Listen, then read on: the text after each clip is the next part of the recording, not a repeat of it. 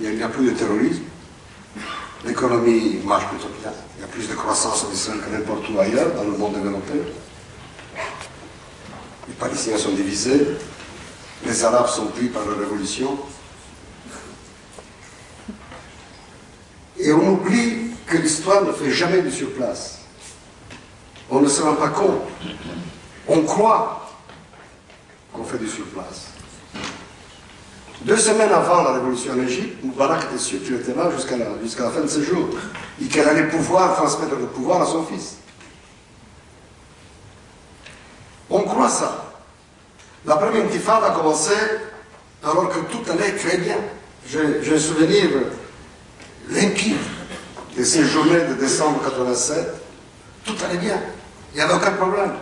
On nous disait sans arrêt, mais il n'y a pas de problème. Et puis il y a eu un accident de voiture, de camion militaire. Et ça a commencé. Et puis on a dit, c'est quelques gamins qui jetaient pierre, ça va durer quelques jours. Vous voyez, c'est à quoi ça a mené. Ça peut arriver demain, ça peut arriver dans un mois, dans un an. Ça arrivera fatalement. On n'a jamais raison contre le monde entier.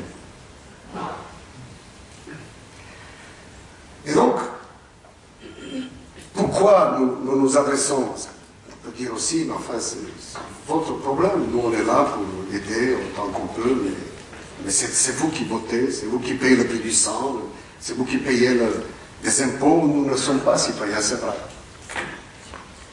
Et à la limite, je comprendrais que les Juifs d'Europe ou d'Amérique, de la diaspora, disent, vous savez quoi, on se fait dans toutes les langues, on ne prend jamais position. Déployez-vous, nous on est là pour vous soutenir, quoi qu'il arrive. Très bien. C'est pas ce qui se passe.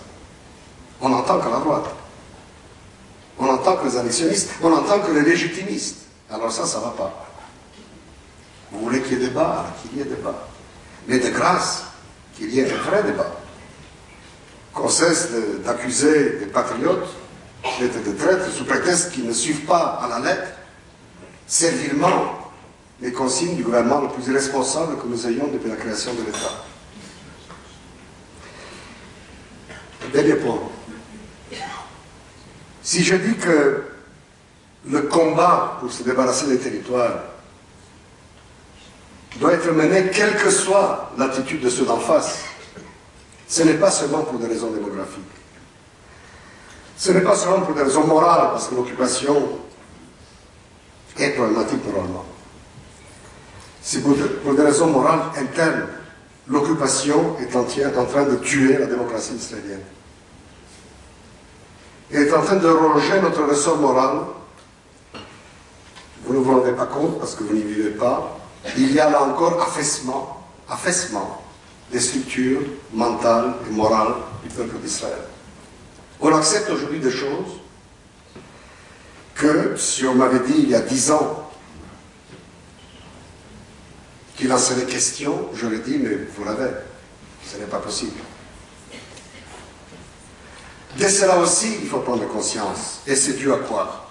Et c'est dû au fait que, de la même manière que les Français n'ont pas réussi à arrêter le nuage de Tchernobyl sur la frontière, on n'arrête pas l'érosion, on n'arrête pas l'érosion morale de l'occupation à la ligne verte. Elle finit par imprégner, par pourrir le tissu israélien lui-même. Là encore, ça vous paraît peut-être dramatique. Je vous assure que je n'exagère pas. Et que si on n'y prend pas garde, nous nous révélons un jour avec un pays qui existera. Parce qu'encore une fois, je ne doute pas une seconde de la capacité de résistance physique de l'État d'Israël. Mais un pays d'Israël, puissant, sans doute, mais dans lequel vous et moi, nous ne devrions pas vivre. Alors de grâce, faites quelque chose. Faites quelque chose, ça veut dire réfléchissez. Dites autour de vous, racontez le produit de vos réflexions, provoquez le débat, parce que ce que les Juifs de la diaspora disent les Israéliens, écoute, tout de même. Et je voudrais finir, moi, juif mécréant, par une prière, que tous les militaires soient comme Shon Arieli et tous les rabbins comme David Meyer.